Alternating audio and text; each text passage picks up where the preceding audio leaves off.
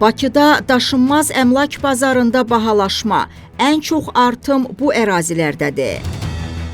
Oktyabr ayında şəhərin bütün rayonlarında qiymətlər sentyabrla müqayisədə yüksəlib və bu artım həm mənzil və fərdi yaşayış evləri, həm torpaq sahələri, həm də qeyri-yaşayış obyektləri üzrə müşahidə olunub. Bu barədə Azərbaycan Qiymətləndiricilər Cəmiyyəti İctimai Birliyinin sədri Vüqar Oruç reporta açıqlamasında bildirib. Onun sözlərinə görə segmentlər üzrə artım templəri fərqli olsa da, ümumi dinamika bazarda sabit bahalaşmanın davam elədiyini göstərir. Oktyabr ayında torpaq sahələrinin qiyməti 3,4%, qeyri-yaşayış obyektlərinin qiyməti isə 2% artıb.